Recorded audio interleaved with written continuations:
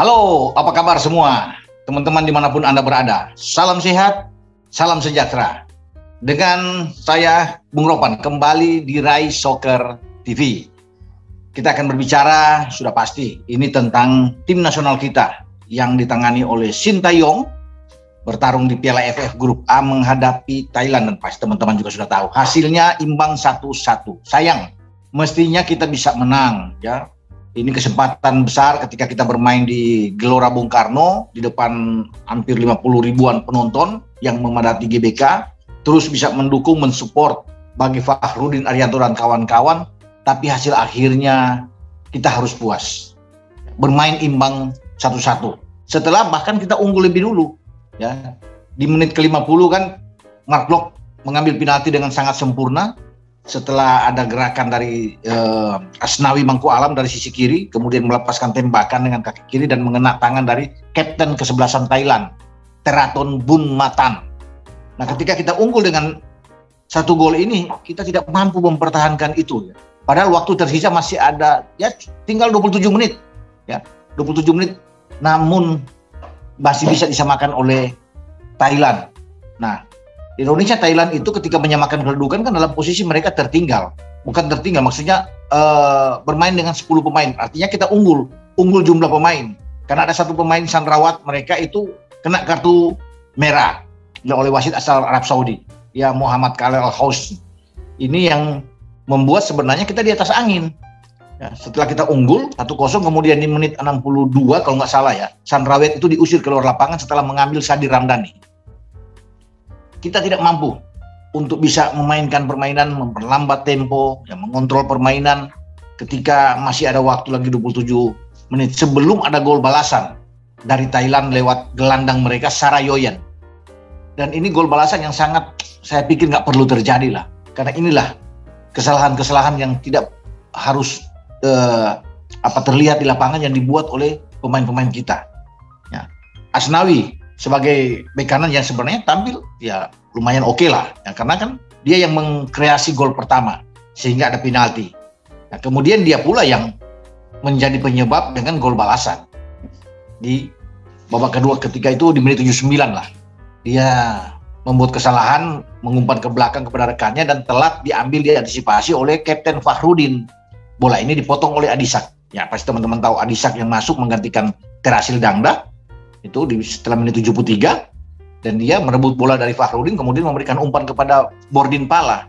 Bordin Pala meneruskan ke Sarayoyen yang tidak terkawal dengan begitu ketat oleh pemain-pemain tengah kita, dan Sarayoyen melepaskan tembakan.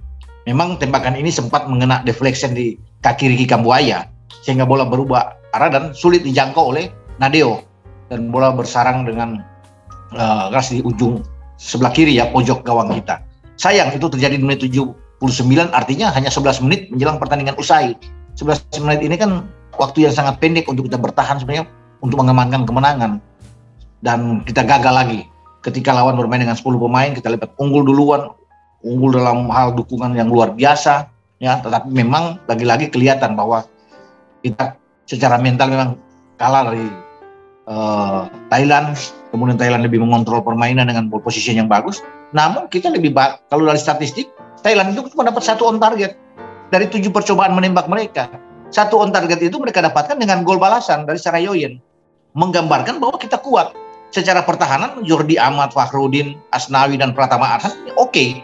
Ya, buktinya kan mereka hanya dapat 7 tembakan. Ini kecil bagi ukuran Thailand kalau dengan hanya 1 on target sepanjang laga. Kita masih bisa melakukan 10 tembakan, ada 3 on target dan 1 menghasilkan gol lewat penalti. Nah, kalau kita juga bisa melihat dalam pertandingan ini ada peluang emas sebenarnya, ya, yang mestinya menghasilkan gol. Itu di babak pertama menit ke-38. Witan Sulaiman, pasti teman-teman juga tahu bagaimana Witan Sulaiman ini mendapat kesempatan istimewa sekali, ya, 100% bahkan saya pikir ini menghasilkan gol.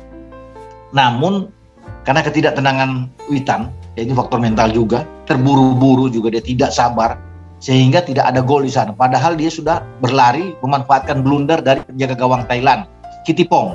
Ya, ketika ada satu serangan balik yang cepat, Jordi Amat melempar bola jauh, kemudian dikejar oleh Witan dan jatuh di kaki Kitipong. Kitipong membuat blunder.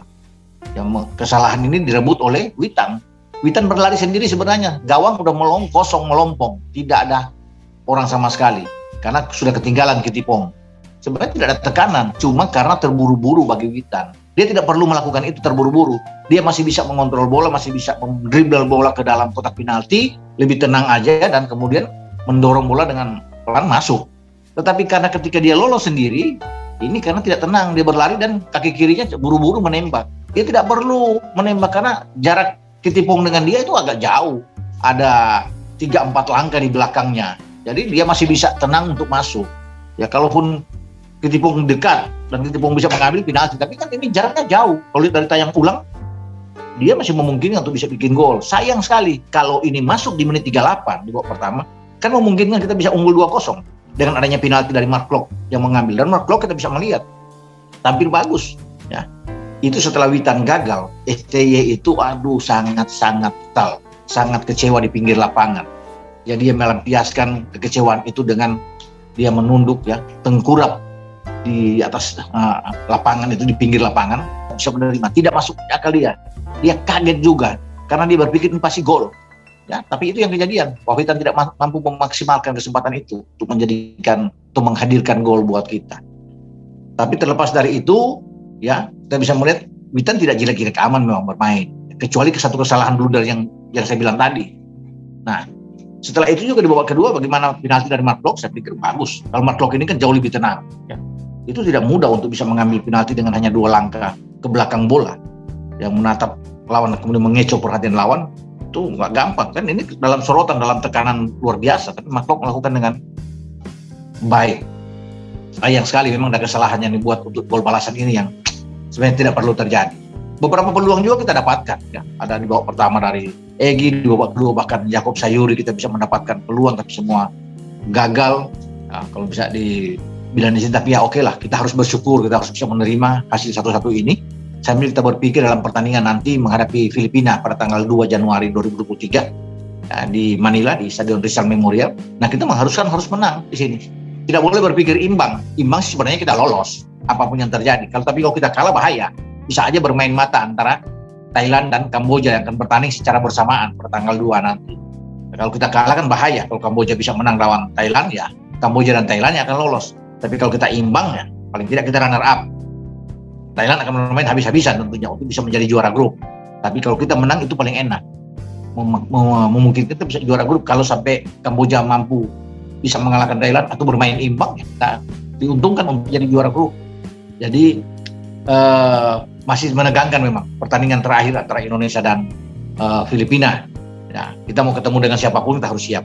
Mau Vietnam, mau Myanmar, atau nggak usah Myanmar, Malaysia atau Singapura, kita harus lawan mereka. Ya, di semifinal dengan siapapun.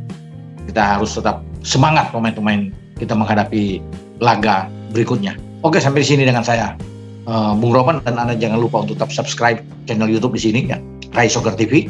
Karena tanpa Anda juga tidak akan berkembang channel YouTube ini. Oke, ingat, bola itu bulat, giring terus.